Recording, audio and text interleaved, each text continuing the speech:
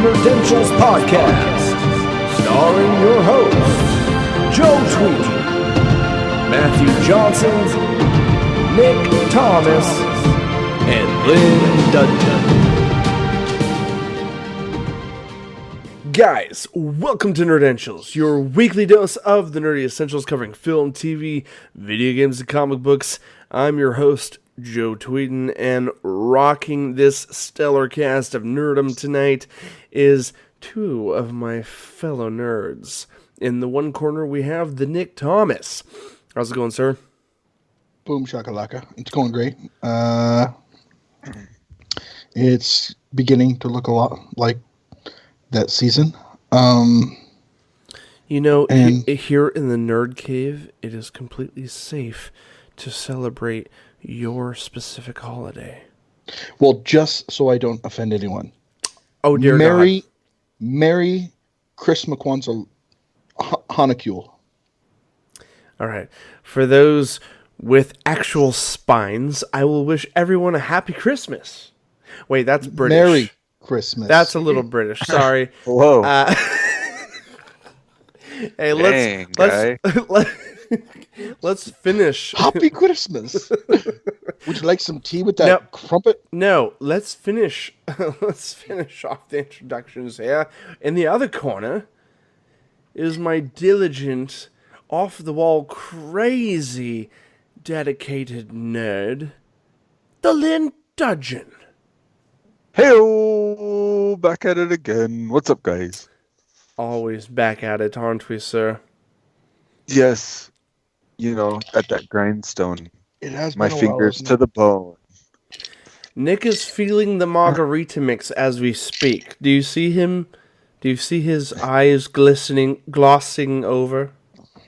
I can hear the delightful clinking of the ice cubes in the glass. And the muttering of, man, it's been a while under his breath as he finished the last sip. Oh, yeah. It's probably been a minute or two, hasn't it? I don't think I've seen you drink in the past couple episodes we've been on. Which is quite a spread since there was holiday we were on and illness and other said miscreant activities, not to be misconstrued with the hits from Disturbed, early 2000s, heavy rock / alt metal. But guys, here it is. This is not as... It was promised in a previous recording that we would have a little bit of a catch-up episode, more so than a traditional nerdcast. We will be covering a litany of things involving stuff we've recently watched and things we're excited that are coming in the near future. But also we wanted... Probably also dabbled in the past. What about the past, Lynn? About our adventures? Yes. Want to talk about that? Yeah, a little bit. We're going to do a little bit of personal catch-up for you guys, because last time you actually heard from us from an actual Nerdentials podcast was right before Thanksgiving, sadly.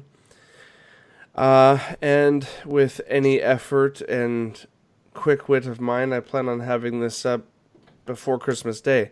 So here's the thing.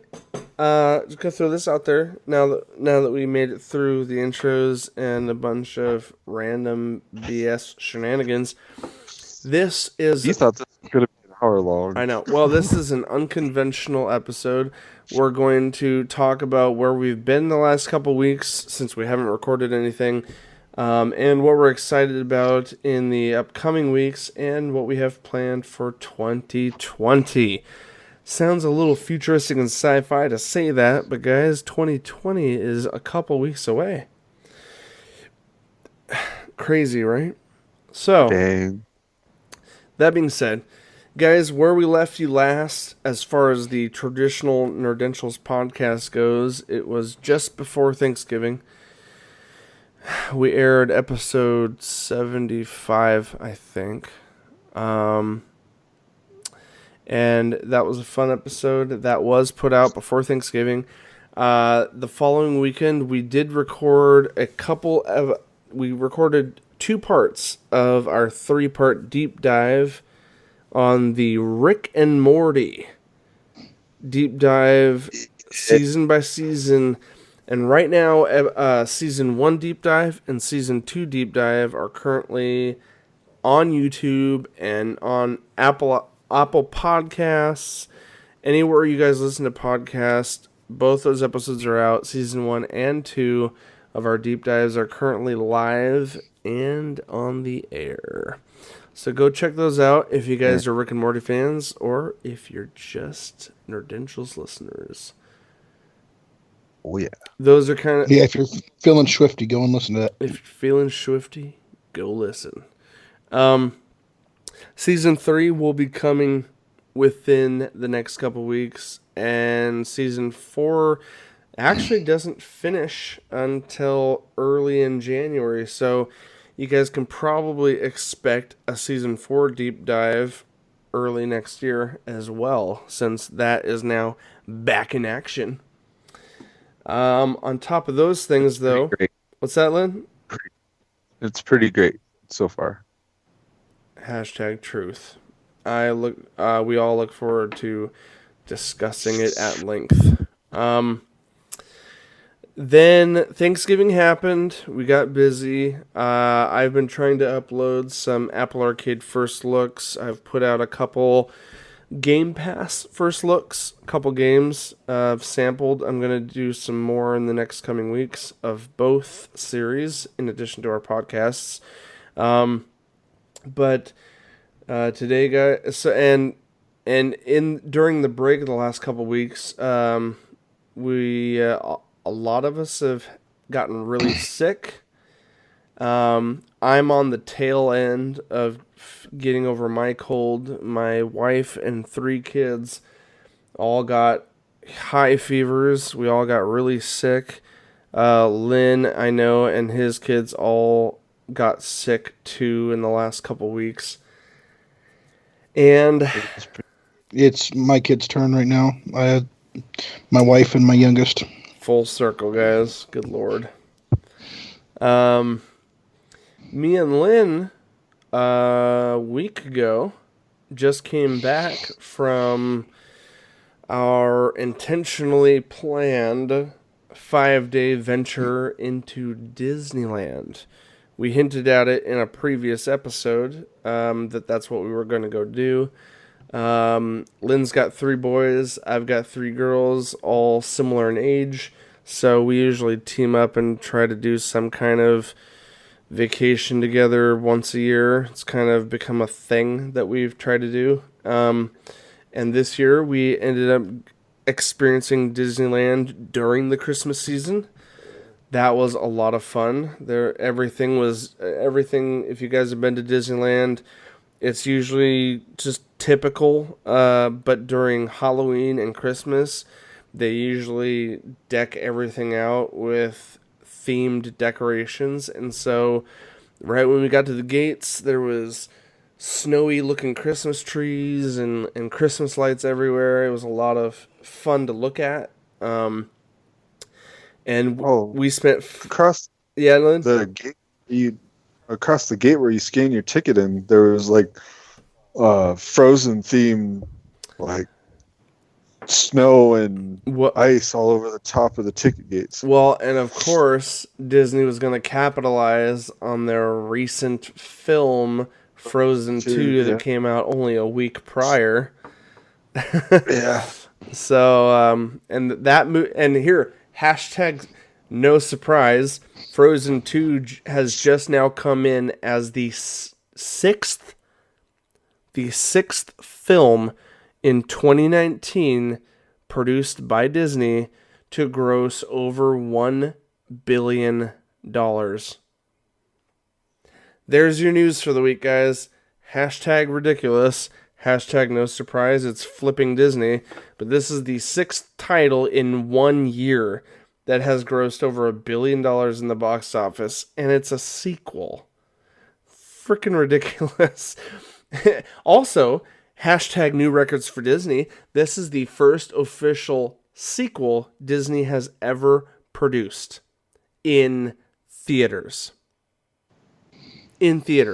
I'm not ignoring Aladdin 2, Aladdin 3, Little Mermaid 2 and 3. Those are all straight to DVD. So for all you hashtag movie fans and Disney fans, Frozen 2 is officially Disney's first sequel ever produced and put out in theaters.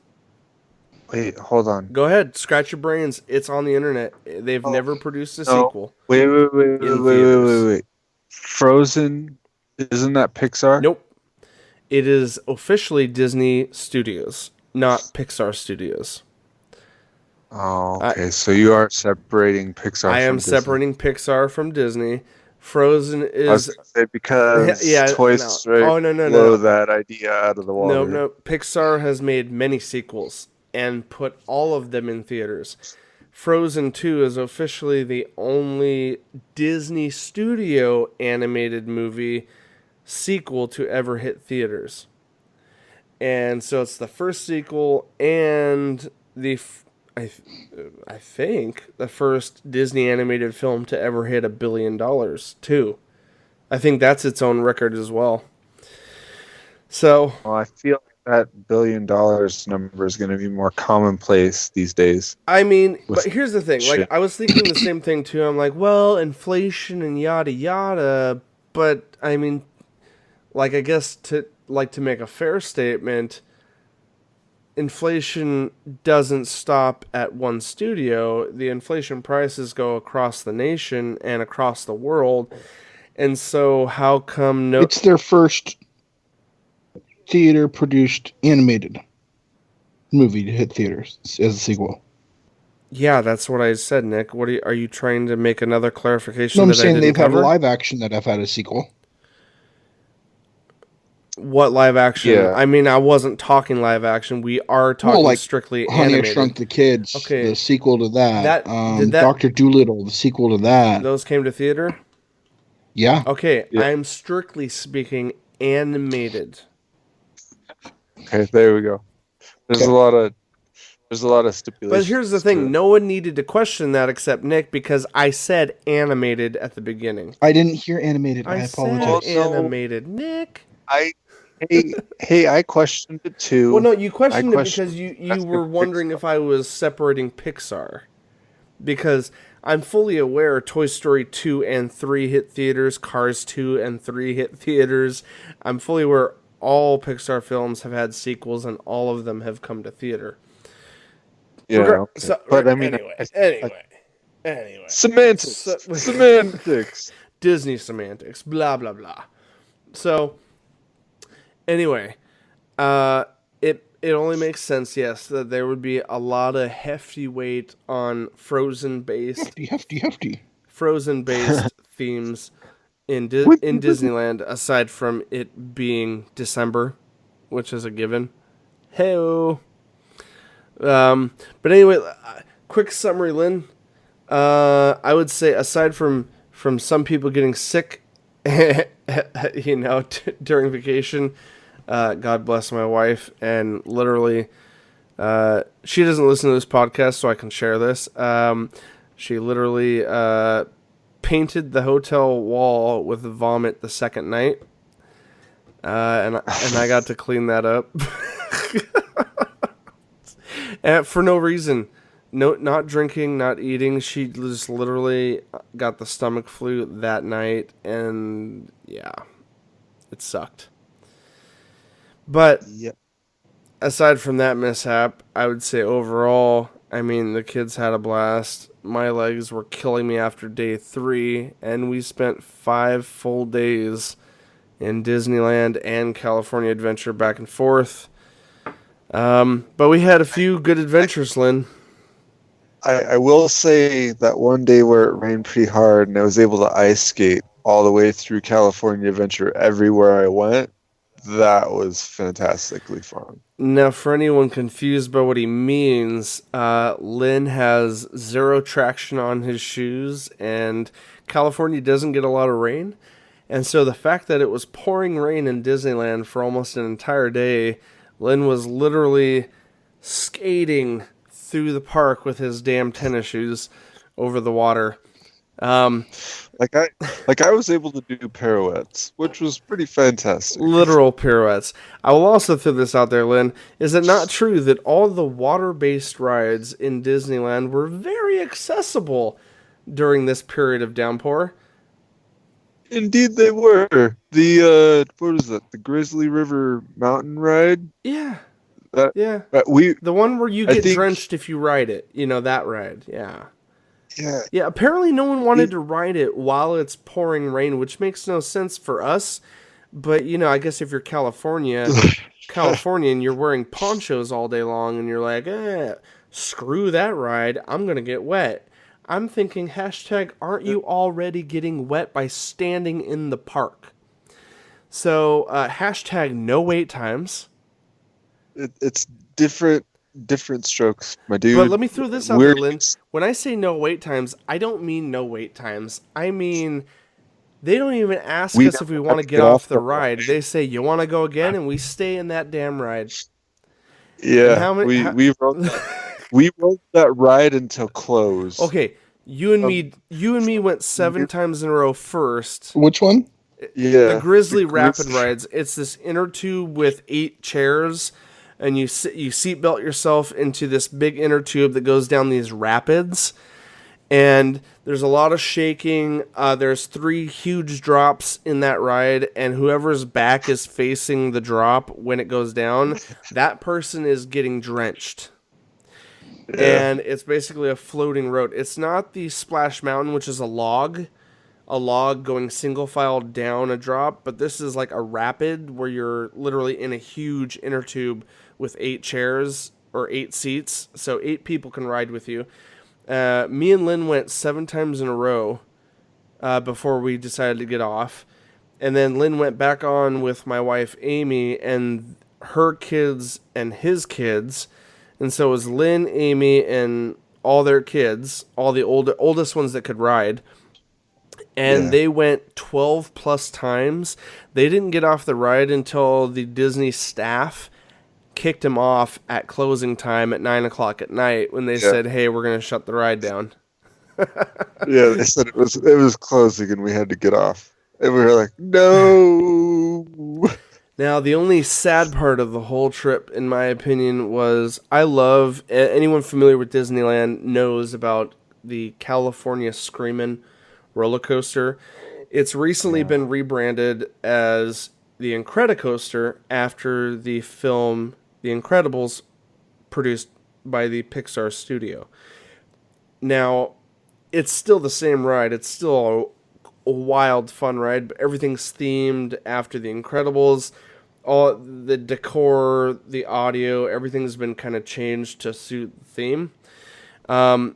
Amy's never been a huge roller coaster rider, and Addie has just turned 8 this year, and she's just never been big enough to be on that roller coaster.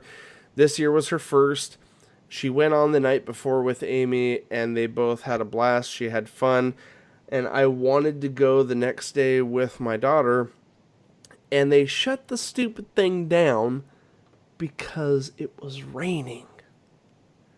Oh, heaven forbid. Now, I got to ride with my daughter on the Grizzly ride, the rapids with the water, and she's always kind of a nervous wreck until she gets pushed into it, she experiences it, and the next thing you know, she loves it. And so I got to have fun with that. Couldn't do the Incredicoaster, unfortunately, because I figure the brake system on that roller coaster is probably not top notch during rain. So that Well, sucks, but to be fair, did me and Yulin went on it like picture, 6 times in a row the day before. yeah. So Did you see the picture though of Lincoln sitting behind Amy and Adeline? You couldn't no, even see Lincoln because he was ducked down the entire time apparently. And yeah, Robin had to pay him $20 to ride it with her. yeah. Your boy's unique. We love him, but man, come on, dude. No, I will give it to him. He knows how to exploit the money out of my wife. I mean, yeah, true. To be fair, I like think he's yeah. Yeah, he swallowed. I Yeah. think over the course of the trip, he exploited $80 out of her. Wow. He knows what's up. He knows how to get his Disneyland memorabilia on. Anyway, I will throw this out there. I know this is a lot of nostalgia and good times chatter, and you're just sitting here listening, Nick. But I gotta throw this out there. Maybe in the next year or two, and Matt's told me he wished he could plan things. Right now, he's got a little one that makes it a little challenging. But I throw this out there. The way me and Lynn have made it work is Disneyland actually caters to families in some very fun, unique ways. Specifically, for rides that little ones can't go on, there's this little thing called a rider swap. And the way it works, let's just say it was me and Amy and no one else. Me and Amy wait in line with all three kids. I go on to the Indiana Jones ride with Adeline. The other two can't go on because they're too little. I go with Addie. We ride the whole ride, and because of this whole rider swap thing, all you gotta do is ask the staff members there at each ride, hey, do you offer rider swap? They'll say, yeah, sure. The other parent with the little ones waits off to the side. After you go through with your oldest, your ticket or pass turns into a fast pass. You give it to your other spouse, and then they can go right to the front of the line with your oldest again, and they can ride the ride after you ride it. Literally, those 40-minute plus waits are all gone if you're doing it with like two parents or two couples and kids. And that's what me and Lynn and our wives did, is like me and Amy and the oldest ones would go, or me and Lynn and the oldest ones would go, and then we double back, give them our passes, and then the wives get to go like almost instantly. It's a really cool thing that Disney does for like parents with multiple kids or couples and groups with multiple kids where some kids are too little for certain rides. It's a pretty cool thing they do. And so the reason I say that is I know you've got a little one, and I know Matt's got a super little one right now. I'd say in the next year or two, it would be flippin' sick if somehow we could work out a couple of us or all frickin' four of our families somehow found a weekend to go to Disneyland, and we just kind of swapped around and did some crazy rides. I think that'd be a lot of fun. Hell yeah. Anyway, we've been bullshitting quite a while about Disneyland. That's kind of what we did, minus being sick. Disneyland's the devil. It's only the devil if you're poor. I can't believe I just said that. Or you've been left behind 5 times as your family goes without you. Oh, shoot. Okay, let me ask the question. By family, you mean your mom and dad, or you mean Gretchen? 1994, Rose Bowl, Pasadena, California. Oh, dear. We went down to go watch the Ducks play against Arizona. Flashbacks. Here we go. My mom left me and my 6-year-old sister in the hotel room as they went to go drink with the team because they had friends that were with the team. They come back 5 hours later wearing all this Disney crap. We're like, okay, what happened? They're like, oh, the team paid for us to go to Disneyland. So 2 adults left kids in a hotel room, a 7-year-old and a 6-year-old alone for 5 hours, went to Disneyland. Well, Nick, that's one of the most... 8 years old. No, hey, stop with the flashbacks. That first one was tragic enough, okay? Well, all I will say is that if my good buddy right now is listening, one of my good buddies, Mr. Troy, I won't say any more than that, but if he's listening to this episode, I told him in person about this. He has similar burnt feelings about Disneyland because either his family had gone without him or his family never took him, I should say, I think is what he said and how he put it. And I just got to say, I'll throw this out there to everyone either 30 years old or younger. I'm 34. My parents never, ever took me to Disneyland. Now, I didn't get the spiteful slap on the face experience that you got, Nick. I didn't have parents that went without me, but nor did Troy either. Troy simply just never got took as a kid. I never got took. My first time in Disneyland was at the age of 30.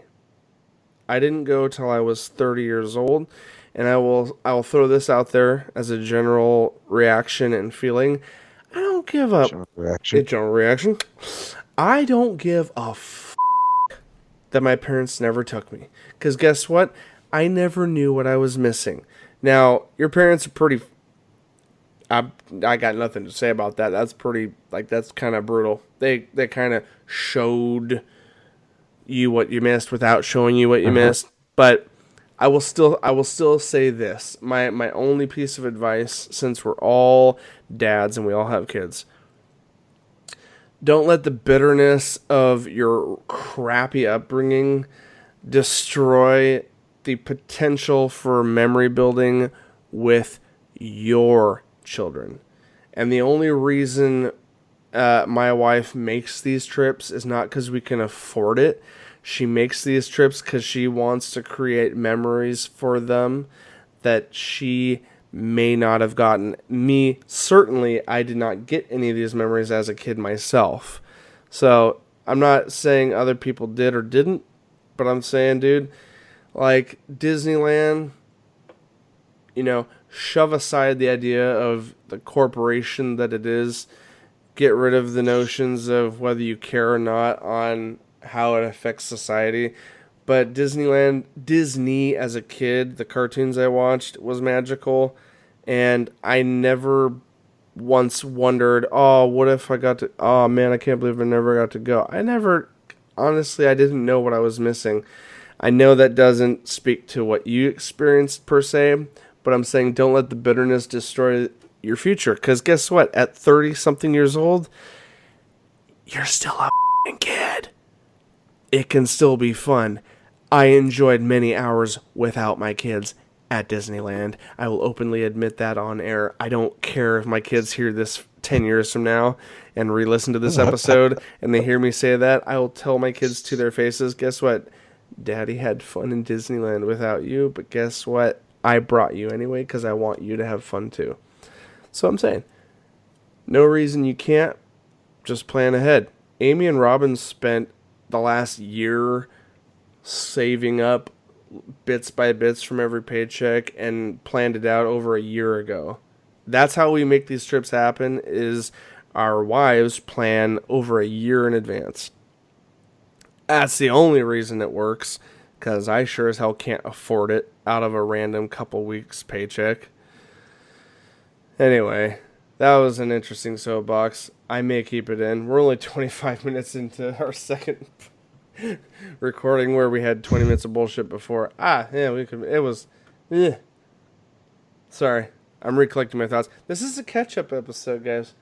Apologize for the deep dive on our week, but Nick, I wasn't trying to rub any of that in your face. I'm trying to encourage you at the possibility of maybe in a couple years we could plan a joint venture.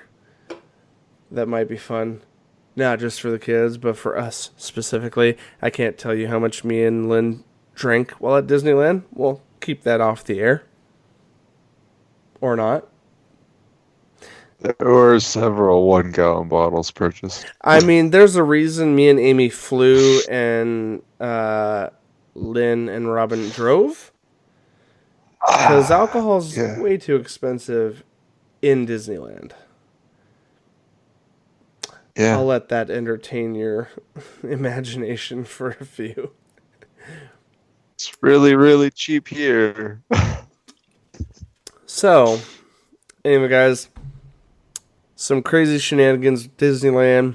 Thanksgiving was good. And, while all that happened, a lot of us got sick. Nick, did you have any? I don't want to like shift this into a negative if you didn't have any joy in the last couple of weeks, but I'm hopeful that you had some kind of fun in the last couple of weeks since Thanksgiving. Yeah. We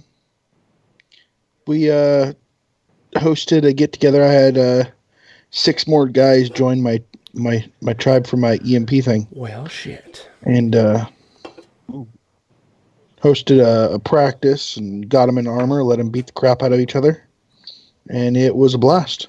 Gearing up for the season and gonna have a lot of fun. Nice. How does seasons work for that? What do you mean by a season? Normally, events start happening in spring.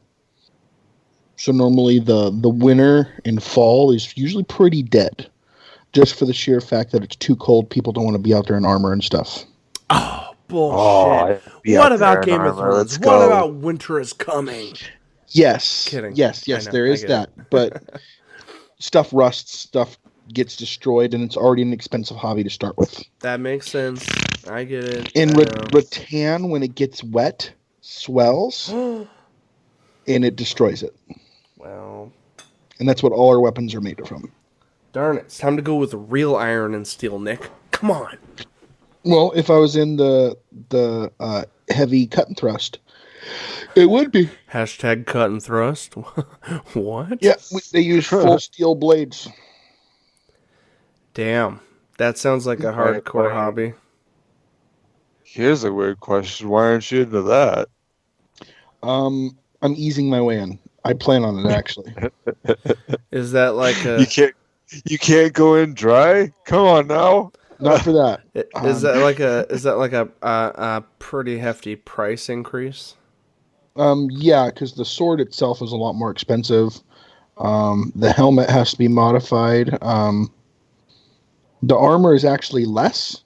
It sounds weird, but we wear less armor for cut and thrust. Because you're more precise with your strikes. Hopefully. Am I right? And you have to be. With the heavy combat, you're using rattan, and you're pretty much just beating your foe with a baseball bat. Yeah, that makes sense. Yeah. I can dig. I dig it. Yeah. I'd roll up into cut and thrust with heavy and then a full tower shield. Come on now. You see how bold Lynn is? Well, it's not really a tower shield. It's what we call a war door. It's well then, almost a 4-foot tall shield, solid plywood. Come on, man! You gotta get the 6-foot tall with the 3/4 wraparound. That's a real tower shield right there. Well, okay, but reality check, Nick. What's the weight on that one? Just a little over 30 pounds. Okay. And I usually carry it all day. Yeah, you could, yeah. But I strap, it's a strap shield, so it's got a handle, and then it straps on your arm, so you're not just holding it all in your hand. Right, still. Indulge me, what is your war door made of? The outer shell? Well, it's a 3/4 plywood with canvas, rimmed with rope and black hose. Okay. Sweet. The hose is there so people don't destroy their weapons on my shield, and so it doesn't fray the edges of my shield. Right. So it's... Screw that. Make it out of 1/2-inch steel, then let them wreck their weapons on your shield. Well, I'm actually going to remake that exact shield out of aluminum when we get it. We're just waiting to get aluminum in. You want something light? Fair enough. Yeah. So it'll be lighter and easier to maneuver. I mean, think about it, Lynn. Yeah. Nah, screw that. I want to show up in full Gundam gear. With the mace, the Morning Star. No, the one I want to bring you to, and the one you'd probably enjoy, is what's called Wasteland Weekends. Yeah. Ooh. It's Mad Max. Hell yeah! There you go. What's involved in that? Well, what makes it Mad Max? Same thing, but it's considered post-apocalyptic. So we get the armor and everything. You can actually have guns and stuff, but we use Nerf for that. But Nerf type. The combat's just as heavy, and people will actually make wasteland vehicles, like post-apocalyptic vehicles. They'll just mod them out for that. It's kind of crazy. You see people just jumping around chasing people down on motorcycles and stuff. Damn. Interesting. Yeah. That sounds like it gets a little real. Yeah. Taking off a dirt bike. In the Thunderdome, this last time, they did a firefight where they quite literally caught their weapons on fire and fought each other. What? Where do I sign up for this? Like a zombie aftermath, am I right? Yeah. You're like, light that Not shit even zombie, on fire. Just fire. This sounds awesome. You get down with it. I mean, all of it. Yeah. I'll send you some links for some videos on it. I want to see the shit. I want to see the shit on fire. That's what I want to send me the link to sign up. I'd be down. Yes. I'll do it the first week of March when I'm there. Yeah, you sold Lynn. Hey. Yeah, no, it's actually closer down to where you live. Oh, it is? Towards Nevada? Mm-hmm. I can see doing that in the desert. That would be badass in the desert. Yeah. Lighting shit on fire? Absolutely. Hey. Any other tidbits aside from your ventures in Fantasyland, Nick, in the last week or so, before we catch everyone up and jump into what's coming forward for us? No. Well, guys, that is the general spiel. We had Thanksgiving, which I think happy late Thanksgiving to everyone. Sorry we didn't wish it online earlier. Turkey Day. Exactly. For all you in the United States of America. But we're now segueing towards the winter, towards the eve of Christmas, towards other holidays such as Hanukkah and Kwanzaa, and any other holiday that's not listed on the official calendar in our country. America tries to be hashtag widespread and acknowledging many cultures. So I want to invite and offer up this opportunity for anyone new to our show and or who has been a reoccurring listener.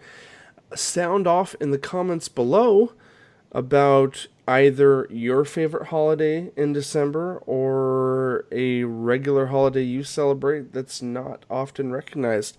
We'd love to hear about it and give it a shout out in our next recording just for funsies, We pride ourselves on covering every quadrant of nerdism from all angles, and appreciate your guys' listenership and viewership. At this point in time, though, folks, we are going to segue. Don't know how much time we'll spend here in the latter half, but we're going to just maybe briefly talk about things that we've been watching or trying to catch up on in the last couple weeks since we've been absent from our weekly dose of the Nerdy Essentials. And guys, after the first of the year, we will get back on track to our weekly nerd news and our weekly nerd reviews. That's right, I planned that out all off the top of my head. So, not planned at all, really. Anyway, guys, without further ado, let's jump into Lynn's salsa. Now, guys, let's get into some external nerdy conversation right now. So, off the bat, I want before we review anything that we maybe have been watching, I just want to throw this out there off the random. It's not in our notes. It's not on any bullet points. Just want to ask between the three of us, out of all the movie trailers and news that has been coming out in the last month, what are we most excited about at this point right now? That Ryan Reynolds guy. Well, Lynn, since you spoke up first, all give the it to me. movie trailers that have been coming out for Ryan Reynolds. What is it? The first one was the Free Guy. 6 Underground. Oh, Free Guy. Oh, yeah, Dude, yeah, Free Guy. Hold on, The GTA type. Wait, is Free Guy? Is that one Is that the Michael Bay movie? Free Guy. that is the game movie. He's a character from a video game, and he finally decides to break out of his bubble and become the hero. Right. It's called Free Guy. Yeah, he stops being the NPC and he actually becomes a real character. Yes, that's the one I was thinking of. The one you're talking about, the Michael Bay movie, is a Netflix original, 6 Underground. Oh, I didn't know that was the Michael Bay one. My bad. And It was actually freaking fantastic. All right. Dude, Well, we'll touch on that. We'll touch on that shortly. I want to get your quick review thoughts on that. But okay, 6 Underground. Ryan Reynolds doubled down in on the Netflix, and what's that other project? If you want to look it up, Free Guy. That one, I was like, man, I felt at first I was like, they're touching on nostalgia again, and they kind of are, but like I was like, it also looks interesting too. But is that one's coming to theaters, isn't it? Free Guy. Yes, Free Guy is a feature movie, like full-length movie. Cinema experience, if you will. Dude, yes. Let me just touch on this briefly. Ryan Reynolds is killing it, not just in cinema, but social media. Can we throw that out there? Yeah. I think at Life Ryan Reynolds is killing it. He's killing it at Life. It's like, there's been some. I don't have anything in front of me. Just free balling speaking right now though. He's said some always freaking like he's always the apple of my eye when it comes to like social media. Like he says things that we're all thinking. And right now he's like in multiple movie projects that are all coming out like all at the same time. You mean what we're all thinking, but we don't have the balls to say? Exactly. Exactly. Oh, yeah. Ryan Reynolds has the balls, and he is saying them. There's actually a movie I'm completely geeked out over right now. A trailer that hit. Throw it out there. And I'm glad they put Paul Rudd in it. I might have seen it. Which one? Afterlife. Oh, give it to me. I think I saw it. I can't remember which one this one. What? It's got freaking Wolfhard. Yep. Yes. And Paul Rudd. And it looks freaking amazing. They gave it the campy, fun feel that the originals had. It's following along after they're the grandchildren of one of the original Ghostbusters. Egon. Yeah. And they find the Ecto. They find a ghost trap. They just find this whole bunch of stuff, and a whole bunch of crap starts going down. My favorite part of the trailer is it's got a gunner seat. Yeah. And like out of the Ecto one, a seat kicks out. You can shoot freaking proton pack from the gunner seat. It was a sexy trailer. And throwing Paul Rudd in there was hilarious and perfect. He captures the essence of what Ghostbusters was. Oh, dude, he geeks out as the teacher. He's like, you have one of these? He's like, that's a really cool. Oh, Jeez. guy, hold up. You've mentioned Ghostbusters, but you haven't like cemented it out there. So you're talking about Ghostbusters Afterlife, that the trailer for the third official now claimed sequel to the original first two Yes, Ghostbusters yes, sir. films. Thank you. The I the one with all the females doesn't count. It wasn't a Ghostbusters movie. We're not even going to talk about I that. wasn't gonna bring it up, sir. I enjoyed the film, but I wasn't gonna bring it up because it had nothing to do with your conversation. You said Paul Rudd, and I was like, "Crap, what is he talking about?" And you guys didn't mention the title and then you said Ghostbusters. I'm like, "Oh yes, duh." Ba-na-na-na-na. Ah, Ghostbusters come on, though. Afterlife. Yes. Come on, though. You were talking about it while we were on vacation. Oh, dude. You should have been all over it, Dude, So when guy. fresh, so vacation clean. happened, I stayed off all nerd news. I might have mentioned things, dude, but I haven't been. I took myself a proper holiday, as the Brits would say. I took a proper holiday and literally stayed off the flipping internet when it came to what's coming. I didn't watch a damn trailer while we were on vacation, Lynn. You never brought up Fair. anything to me. No, you brought it up to me, and that's why I checked it out. So I that's wasn't where I'm. saying I didn't bring up something to you, but I didn't watch anything. I didn't absorb anything current. And for that, nerds, I apologize. But I needed a But proper yes, holiday. Ghostbusters.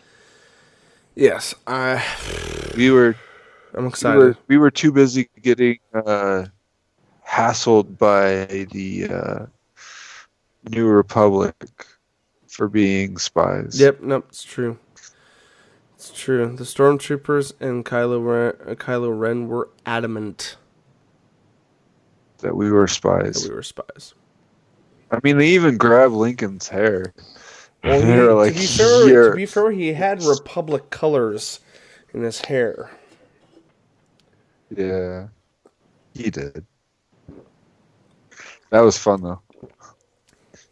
Anyway, Anyway, if we're gonna kick it back to this, yep. I would like to throw this out there that all of the cast that is currently still alive is in the movie, as far as I know. For Like all the big, like the star, like Ghostbusters. the big name, yeah, for Okay. Ghostbusters. Yes. Everyone that's is not in dead. the movie. Yeah. Like everybody but Egon. Womp womp. Spoilers. Sadly. Mm-hmm. We got I mean, if he, Bill Murray, in all fairness, Ernie Hudson. if the actual actor was still alive, he would probably still be in the movie. Probably would have been. We got Dan Aykroyd as Raymond Stantz, Ernie Hudson as Dr. Winston, Bill Murray, Dr. Peter Venkman, Sigourney Weaver as Dana Barrett coming back, Oh yeah. and a few others. But yeah. As far as the one Ghostbuster, he will not be returning. Rest in peace. But yeah, that movie has a lot of people excited. Because, I mean, if we think about I'm not going to talk about it, but pre-female Ghostbusters, when they were talking about even doing a Ghostbusters at the time, this was more than 3 years ago, everyone was like, only if it's the right director, right script, right actors, and those that didn't think, those without that frame of mind were like, no, I don't want a sequel, period. You know what I mean? It was very split as far as the fandom goes. Lynn. I will throw this out there though. In the female Ghostbusters, they did have Bill Murray, Dan Aykroyd, and Hudson in that one as well. They were cameos, yes. And they didn't directly acknowledge continuity. I don't think they had any pots though. No. I don't remember. I don't think so. But anyway, aside from that, so that is one of Nick's excited interests that we all kind of share as far as coming soon or what we've heard about. Let's talk about things we are excited about or we have recently watched as a nice little conclusion to this crazy personal episode. One thing I'll put out there that I don't think anyone's watched, and I confirmed this offline, I watched the pilot episode of Netflix's original series, The Witcher, based on the popular video game series starring Henry Cavill. CD Projekt What? Red. By CD Projekt Red. CD Projekt Red. Thank you for the deets, Lynn. CD Projekt Red that has worked on some beautiful RPGs in recent decades. The Witcher 3 being one of the biggest, most popular ones in its franchise, has recently seen a Netflix original adaptation of the esteemed Geralt, the witch hunter of Rivia. Riviera. Whoa, anyway, plot twist. And guys, I do not have the depth of game knowledge on The Witcher or any of the external reading material. However, I have seen a little bit of the game. I've seen a bit of the character within that game. And I gotta say, the pilot alone has me pandering for more. I will say... Here's a weird question. Is Yennefer in the pilot? Or is she in it at all? The season somewhere. I don't know. I don't think she's in the pilot. But fans will probably criticize me. The pilot, guys, the whole season, dare I say, 8 episodes dropped today. We are recording on a Friday night, and I went to work today. I did not have time to binge 8 hours of this wonderful new show. I say wonderful because honestly, after 1 hour of the Netflix original Witcher, starring Henry Cavill of Superman fame and one of the characters in the most recent Mission Impossible film, who got really big accolades for his role in that film. I'm very excited to see how the rest of the season plays out. I freaking love Henry Cavill as Geralt. He plays a freaking badass character. Let me just paint the picture of the pilot overall without going too much into it because I don't know much beyond this. But how the show has been presented so far, it's like definitely 100%. No cop-outs. It's definitely Netflix's, in my opinion, Netflix's response to HBO's Game of Thrones. Like, maybe the amount of depth has not completely coalesced by the end of episode 1, but I'm talking the adult nature of it, the explicit violence, some nudity, some badassery fighting, the fantasy aspect. In the opening scene, we see Geralt literally fight off and slash off some arms to what looks like a human mutant spider creature in a swamp. To say that Netflix didn't spend any money on the CG would be an understatement. I feel the blockbuster quality of the CG is on par with HBO at the very least. I would say Henry Cavill's acting is pretty solid. Nothing about it seems phony. We saw, pre-production photos of him initially as The Witcher with a very silver gray wig on, and a lot of people criticized it initially. But guys, upon full production release of this, it looks like his freaking hair. There's nothing fake about his appearance in this. The production value is high. The adult content is there. It's in Netflix form. Geralt drops the F-bomb once towards the end of the episode, and it felt authentic. It's all there, is what I'm saying. There's sensuality. There's some nudity. It's not gratuitous like season 1 of Game of Thrones. It's just, it's in there. It's part of the world. It's not excessive.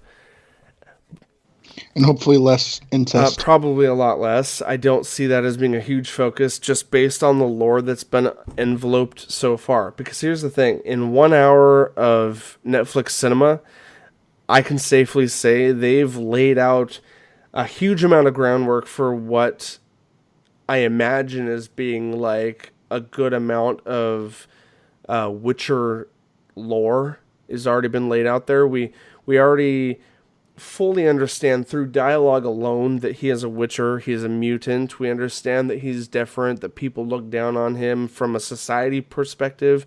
We know that he hunts monsters in the show.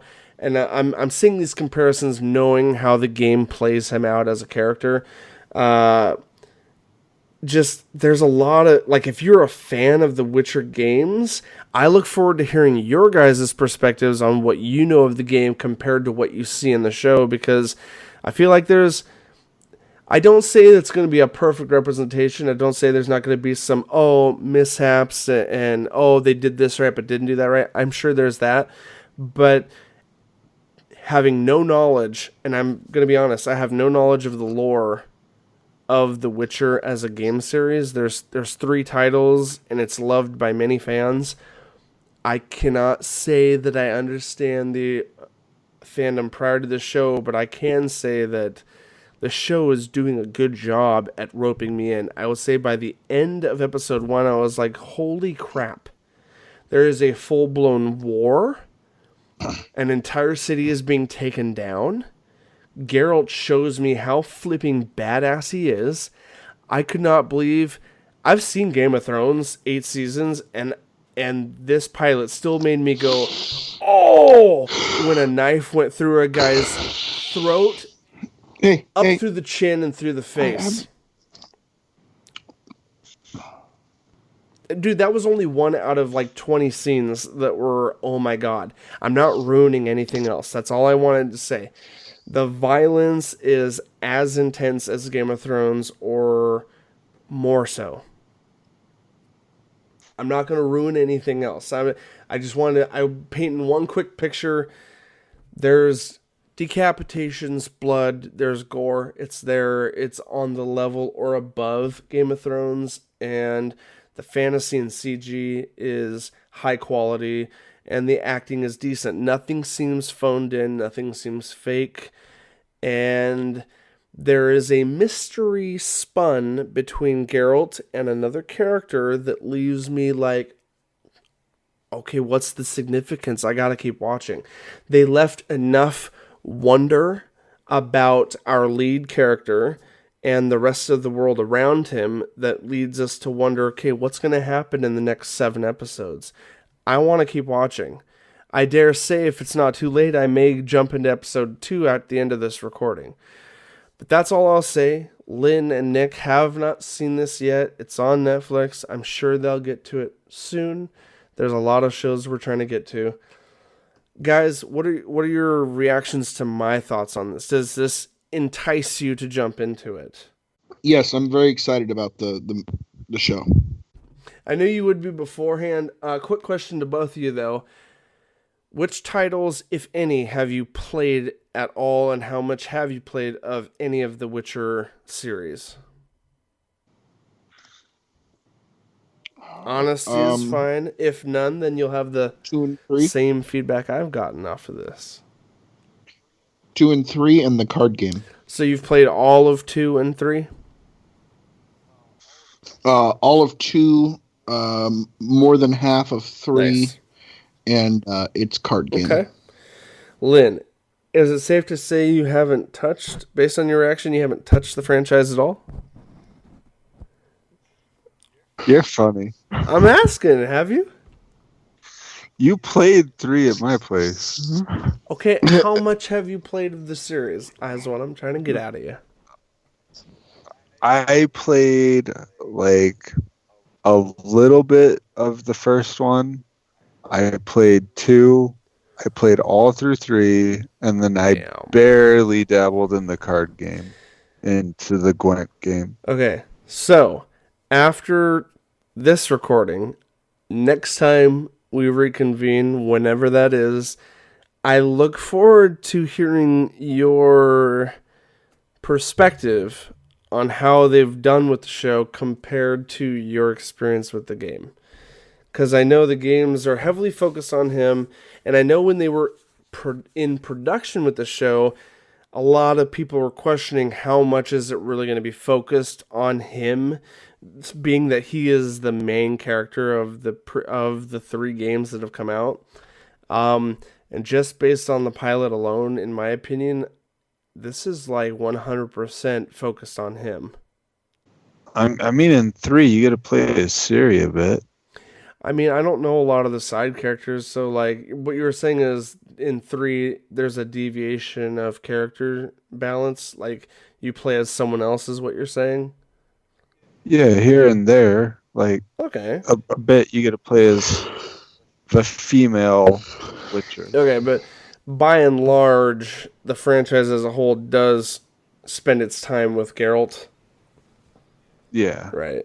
So that was the like question I would say a year ago when we first heard that Netflix was picking this up as a series, is a lot of people were wondering, is it going to be like a separate thing about the world of The Witcher, or is it going to be focused on him? Because that's kind of, a lot of people would agree, a lot of fans would agree, it's kind of a dangerous thing to tiptoe around when you're adapting a big, long RPG that's focused on one character.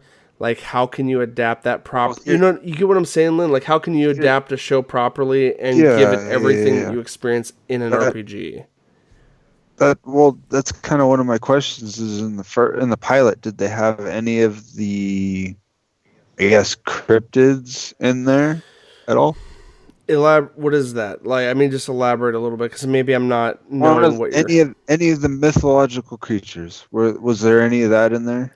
Like any monsters, demons? Dude, things? in the first 20 seconds, we're in a swamp, and we see bubbles on the surface, and 2 seconds later, a massive half human, half spider comes out of the swamp wrestling with Geralt himself.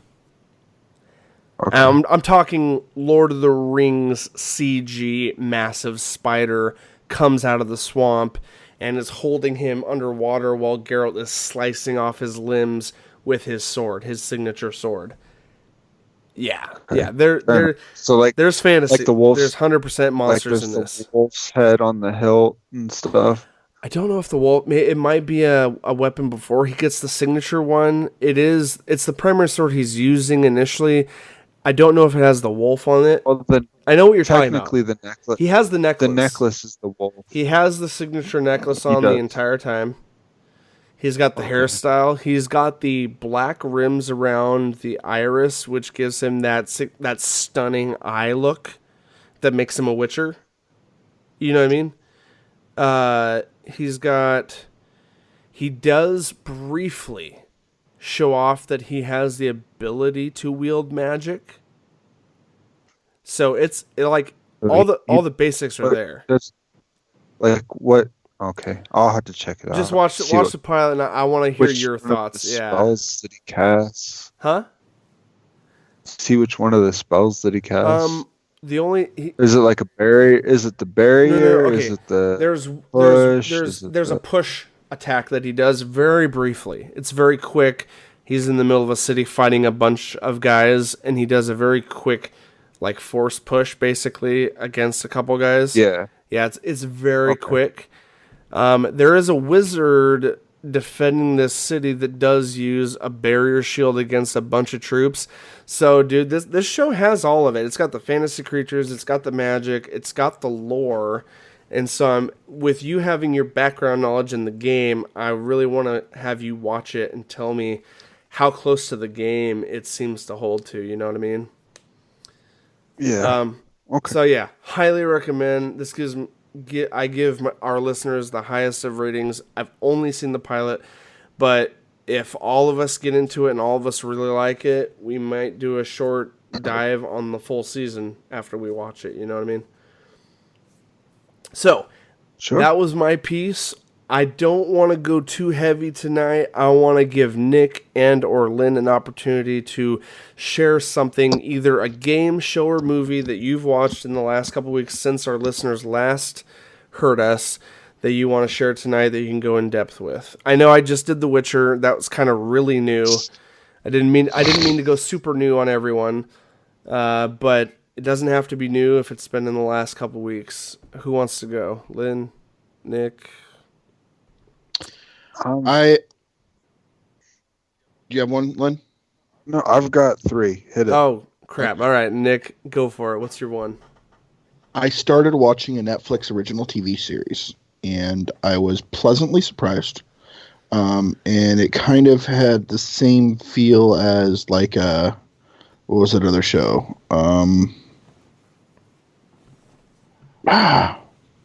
It was very similar to like Helix, but it's called V Wars.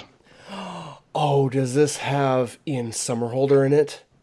It does. It has the same guy from Vampire Diaries. Yes, I've been eyeballing this show. And rolls his eyes. Come on, dude. It was really well done. And I was kind of worried seeing him in it. I'm like, oh, crap. They're going to ruin vampires again. But no, they actually did it very well. They approached it logically and pathologically. And the way it was treated was really interesting and kind of cool. And it was a really good show. I watched all of it within 2 days. Damn. Do you have an example? Like, what's the closest thing to it that you might compare it to? Like I said, Helix. Okay, I mean, Helix is a sci-fi story about an outbreak, right? Yeah. Okay, so they treat vampirism as an outbreak? Vampirism as a virus. Oh. Okay, that's different. More so than like the fantasy take, right? Yeah. How many episodes is that? Is it like 8, 10 or so? I think it's right around there. Yeah, and you binged it in 2 days, huh? It was that good? It was. Like, I was excited purely because, I mean, criticize me all you want, listeners. Hashtag Ian Somerhalder fan. Lynn rolls his eyes to no end.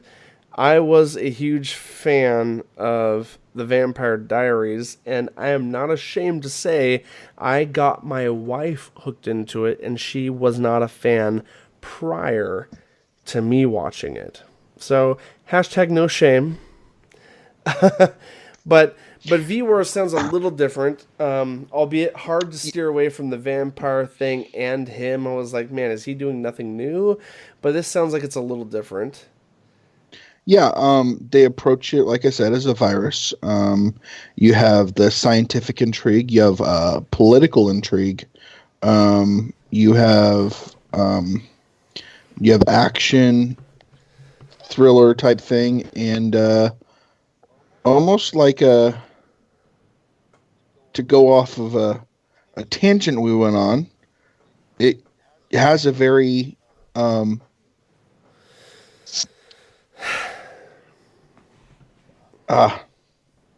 heated political view behind it, because basically the people that are infected consider themselves another race, and they believe they have all these rights. One of those. And the way the show is, they actually did it really well, and I liked everything behind it. Nice. So I would give it a good thumbs up. I just gotta throw this out there, and I'm just wondering, Lynn, how much money are you wasting right now damaging a perfectly good issue 1 of Action Comic Books, and is it authentic or fake? Because you could be losing millions of dollars right now. It's probably a reprint. What? Look at your damn Skype. He was looking at Action Comics #1, literally thumbing through the pages of the original. I'm sorry for the tangent, but that looks crinkled as f***. Oh, that's a reprint. You could see I it. mean, yeah, I could tell it's plasticky on the surface. It's not the same, but Yeah, that's the loot box reprint from about, I want to say, 6 years ago. I didn't get it at a loot box. I bought it at the comic store here in town. Yeah, they reprinted it, and then it was given out in the loot box, and comic stores were selling it. yeah, But so yeah, you probably got one of those prints. Why were you showing it off, Lynn? You trying to make us I don't know. jealous? No. Just, I don't care about Ian Somerhalder. Okay, Or whatever minus his name is. him, it's a Netflix show, and it's about a virus that makes people like vampires. Okay, I get it. I get it. You're moving on. All right. Nick, on your behalf, I will check that out because I was going to anyway without you. But now that I see that you liked it that much, I will definitely double down on checking it out. So, since that had no coattails of interest in Lynn, we'll pass it off to him. What did Nick have anything else that he Did you have was anything more interested than that, or or is this all you did, wanted or to cover? Yeah, Nick, did you have any other shows or movies? what else you got, my dude? there's a lot I've been watching, but we're not going to go into that until after it is over. I don't want to Please. start a crisis or anything here. Yeah. I do want to quickly. I just want to throw this out there, and then we'll dump the end of this recording on Lynn and what he's been into. I just want to make this brief. This is not meant as a tangent. Nick, we'll talk off air before getting into such a crisis of things. But I have gotten so invested in the CW shows that I have been watching them for the last month in the exact order in which every individual episode airs. So, like, I'm literally going Supergirl, Flash, Arrow, Legends, back to back to back, back and forth. And I'm not binging any one season. I'm literally watching them in order. And there's some context in there. There's some Easter eggs here and there between shows where you occasionally hear a reference that relates to something going on with the other group, which is cool. And it's not often, but I just was like, man, after I caught up to the Invasion crossover, which is the first big crossover that involved those 4 shows. And then after that, I was like, well, I'm currently caught up at that episode across all 4 shows. I'm just going to keep watching them back to back and just keep going through it. And right now, I'm like 2 seasons behind all 4 of those shows of where they're at currently since Invasion. I'm at episode 13 across all 4 of those shows post episode 8, which was the Invasion episode. And dude, after that first crossover, like, I am so sad as a DC fan, as a CW fan. I'm so sad that 3+ years ago I didn't stick with the Arrow and the Flash back when I started watching them. I'm so sad, and at the same time so flipping excited that I'm in it now, which is why I'm so happy that they did a mid-season break on this current crossover. And the reason I say that, and we won't even talk about it in this episode, is because that gives me a few precious weeks to try to finish catching up. I don't know if I'm going to pull it off. I told our dear listeners I'll watch some catch-up videos on YouTube. But I dare say, if anyone can forgive me, I will try so hard. And if I'm going to have to just make everyone wait, because I cannot skip ahead. I'm so flipping invested right now with these shows. It's like I'm reliving Smallville all over again. That show ripped my heart apart in the best way for 10 years. and I am now reliving that excitement of rewatching, of watching, not rewatching, since I'm not rewatching. But I'm reliving the excitement of having this investment in a, publicated television series that goes week to week, and so that's all I'm going to say. And the one thing I will say about the first crossover I ever got to experience being the Invasion episode, I was giddy from episode to episode, where at the end of the episode, it did it like a classic DC comic book. It said, "To be continued in The Arrow," or "To be continued in Legends." At the end, at the final scene, at each episode, it'd say, "To be continued in this show." And it was like, oh my God, I'm living in a comic book, because at the end of any crossover in a comic book, it'd be like, you're reading Action Comics number 685, to be continued in The Adventures of Superman, issue 50. Or it'd be a completely separate comic, separate series, but all these crossovers would be related, and it's just like Marvel or DC. Anytime you get to the end, it'll be like, to be continued in The Uncanny X-Men number 355, to be continued in Wolverine number 23. And they'd all be at different issue numbers, but this particular crossover would force you to buy all these issues. And that's what comic book industries have been doing for years, is they'll do crossovers to get people to check out these other series that maybe you are not subscribed to, or maybe you don't regularly read. And that's how the comic book industry, as far as Marvel and DC goes, has survived, is they've done crossovers. And I'm not saying like the network television is failing, but it's just, as a comic book fan, it's really exciting to see that they're doing the same shit. And I know you're all just like, yes, Joe, I know. I've been on board for 3 years. Fuck off. But what are your thoughts about my thoughts, Nick? No, yeah, I was right with you, actually. There was a short while that I had to quit watching because I was just busy as hell because of school and work and all that. And when I finally got the time to actually catch up on it, it was exhilarating. It was good. All right, I am trying so hard to appreciate your feedback, but at this moment, I just want to point out that I'm not ignorant to Lynn's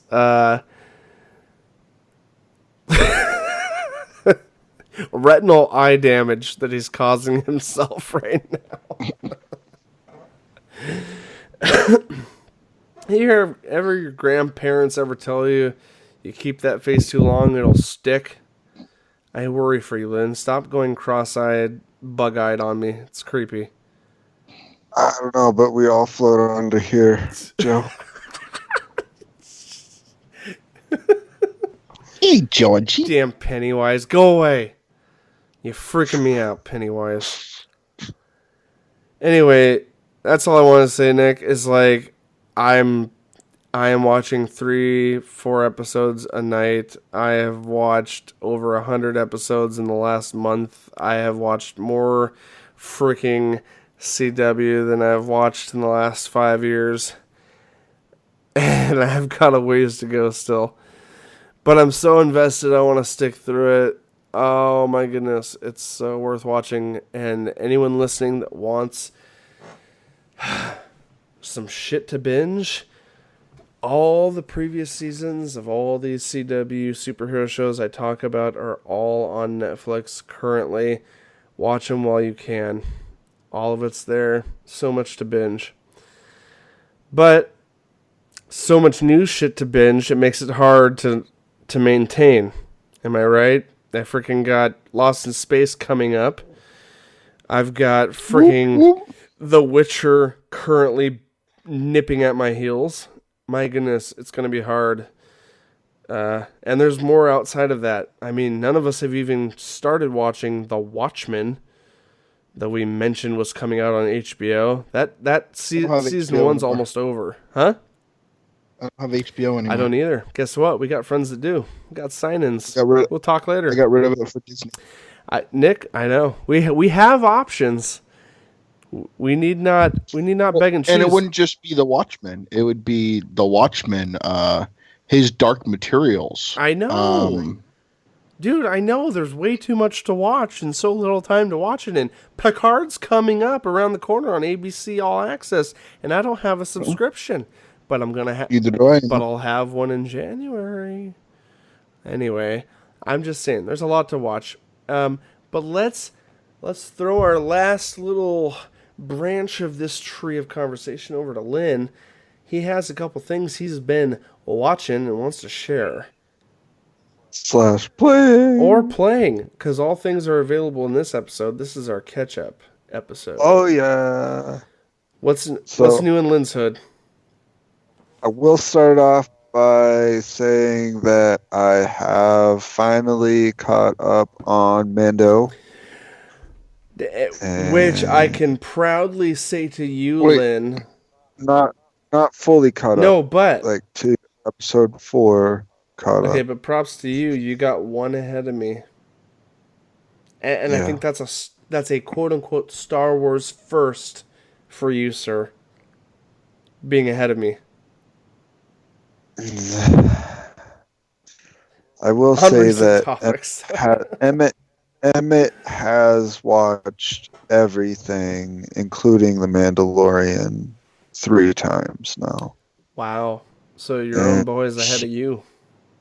Like, Robin has to stop him from giving me spoilers. Wow. But I will say, he sits at home all day while I work. So well, come on now. He can suck it. And to be fair, you're criticizing a 5-year-old, correct? Yeah. I pay for his Disney Plus subscription. He can suck it. Right. But anyway, yeah. So I've caught up to episode 4. Probably gonna finish those up, like after this recording, probably or by the first of the year, because we'll all reconvene after that. It'll be pretty soon. I'll have them finished. Hey, what's your overall thoughts on the first 3? Don't say anything about episode 4 because I'm one behind. But on the series overall, how are you feeling about it? What's it doing for you? I'm enjoying it. I'm enjoying it, and I will say that the concerns that I had with the trailers and everything so far aren't concerns, and they were very well polished. The ultimate, the finished product. And I got to say that there are certain CG aspects that are kind of annoying, but you can get over it with the bigger picture. Like there's certain things that you can see that could have been polished a little bit better, but I'm not going to complain. It's just if there were little things to nitpick. Right. But the whole thing as a whole, it's fucking great. It's doing it for you. The CG things that I'm talking about are like when older movies got remastered or touched up, and you can see where certain things are like blatantly obvious, like computer generated stuff. Yeah. But that's, like I'm saying, if we're to nitpick. So, nitpicking aside, I love it as a whole. It is great, and the Baby Yoda memes are strong. Are fantastic. Yeah. They are so strong. And I will say, I do have a few days where I do miss like the whole little ball scene and Jude Dude, because he has those moments where you're just like, oh, yeah, I think I'll keep you. Are you talking about that meme where he tries to turn the radio on? No. It's a different scene, but of that one was funny. Similar. That meme is funny. Okay, fair enough. Anyway, so overall thus far, I'm enjoying it. Nothing's been ruined. Okay. The show is great. Fair enough. Okay, so my last 3 are games. All right, let's hear it. So the first one will be quick and pretty brief, and it is Destiny 2: The Dawning. How about them cookies, y'all? You been making them? No? Not me. Nick. What about you, Nick? You in there at all? I have not played Destiny 2 this season. Ooh. Well, it just started not too long ago, so that's not bad, considering... I have been incredibly busy at work. The last 2 weeks, I pulled 130 hours on my paycheck. Wow. Nice. Dang. All right, so no gaming for you. All right. Yeah. Go on. You can conclude or reminisce on that, Nick or Lynn. No. That's pretty much it. There, it's cookies dawning. A lot of it baked goods, I hear. And Saint 14. Yes, Oops. I heard about the quest. That's cool.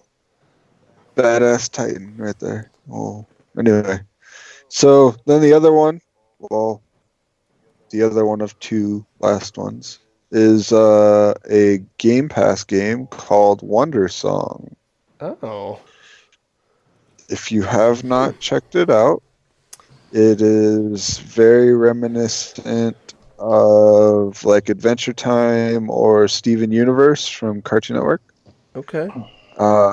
Not completely of the same art style, but it has the feel of it and the comedic humor of the 2. So I will throw that one there, and it is also very colorful, and I enjoy it. Nice. Like something mind-numbing that you can dump time into. I like that. And it's a very interesting game type because it doesn't have regular combat like other games, but instead you sing yourself through. Like it's for all those people out there who play D&D and roll as a bard. That is what this game is. Interesting. If you plan on rolling as a bard in a solo campaign and you're going to save the world, that's what this game is. Fair enough. Anyway, moving on from that one. My last one is Pathologic 2. I watched the trailer. This I looked good. sat in on some of your gameplay, sir. Dude. That's a creepy game. Is that fair to say? Yeah, it's pretty freaking creepy. And your choices depict the creepiness of the game. Really? Yeah.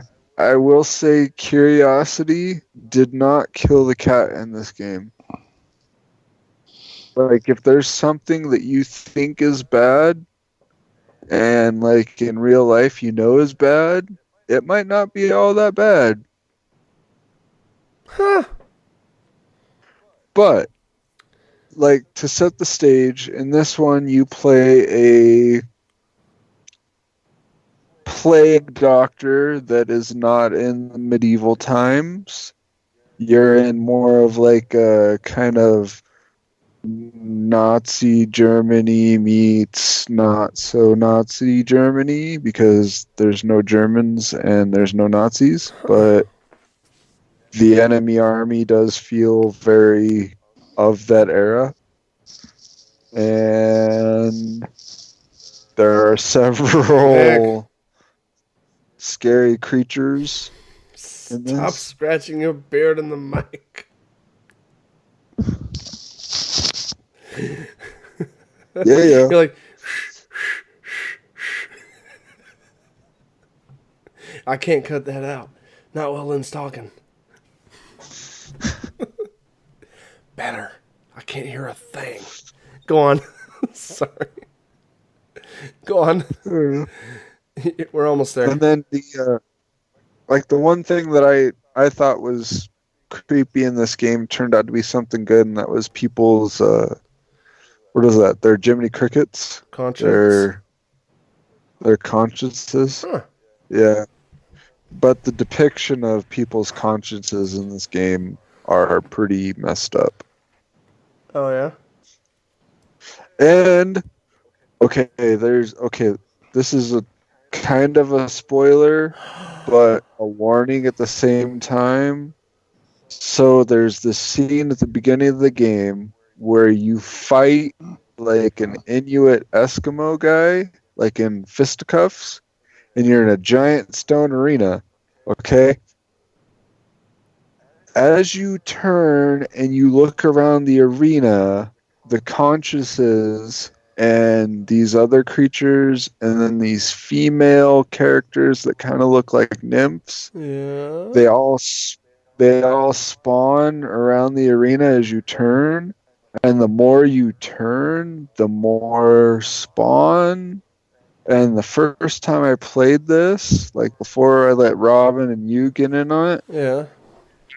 I had it to where it spawned so many of them, like it went out past the horizon line, and like it was lagging out my Xbox pretty hard.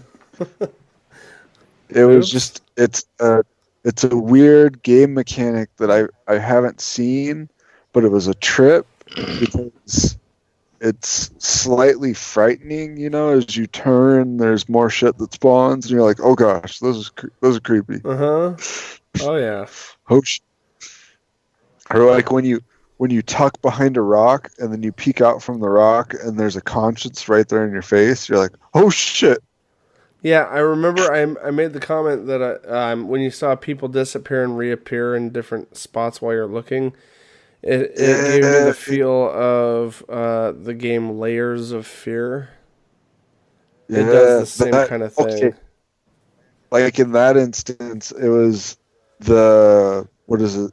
It's the Rat King, and he tells you to go over to his safe on the wall and grab some supplies out of it. Mm-hmm. And when you turn and you look at the safe, his conscience is over by the safe, and he's like kind of leaned over, like bowing at you to check out the safe. Yeah. And then you look away from it and you look back at it and the conscience is gone. And then you look back at him and right above him his conscience is sitting right there. You're like, oh shit. Yeah, dude, there is some nice little pop-up surprises for you in that game. Oh fuck. It's sure. Definitely a mind trip. Faux show. I will say that if you are into horror games, this one is worth checking out. It's not like the mainstream AAA titles, but this one is definitely worth it if you're into the psychological horror or thriller type games. Word. Right on, dude. Yeah, like, I got it downloaded. I haven't tried it yet, but it's something I'm going to check out. Oh, yeah. That's where I'm at. That's what I've had a chance for this week. Nice. So, I guess just probably a quick closing recap of where we're going to be in the next week or so. For our dear listeners, if you made it to the end of this episode, this has just kind of been a catch-up episode, a little reminiscing of where we were the last couple weeks and kind of what we've been watching this last week. Guys, I'm just going to throw this out there. It is the 21st I do not think, for our dear listeners, that we're going to have an opportunity in the next weekend to record any more before the first of the year.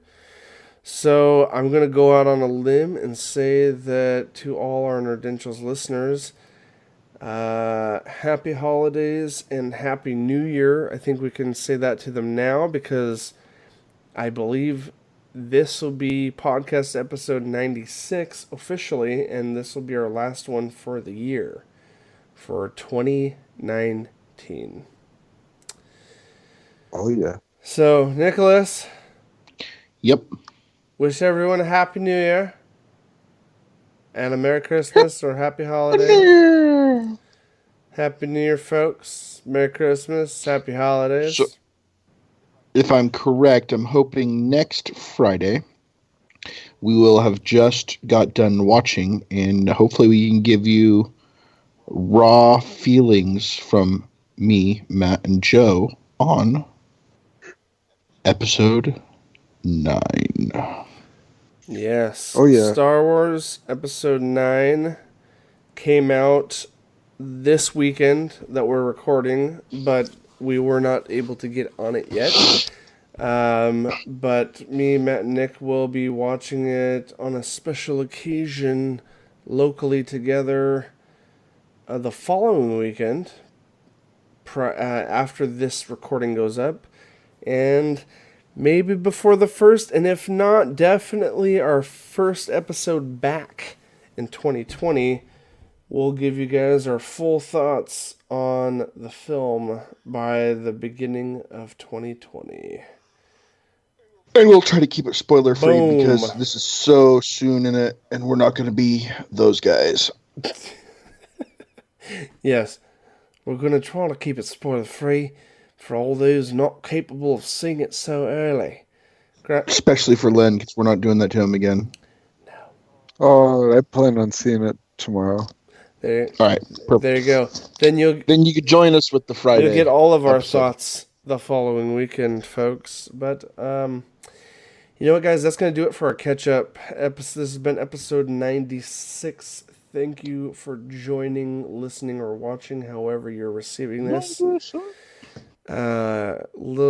bit of shout-outs here. You guys can follow us on the YouTubes at Nerdentials.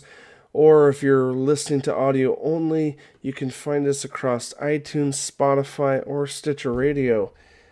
And guys, just give a Google search if you want to find any other commentary, any other documents, articles, reviews, or videos. Just type in Nerdentials on the Googles. And all these things, Lynn, all these things are found in one location if you just want to type in nerdentialsmedia.com. That's right, folks. Nerdentialsmedia.com.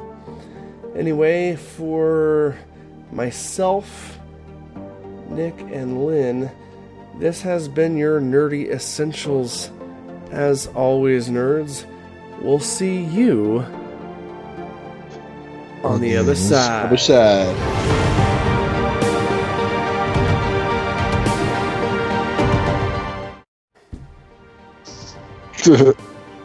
Nick, you still made a delay somehow that was more exceptionally long than Lynn. Incredible. I'm an overachiever. Absolutely, you are.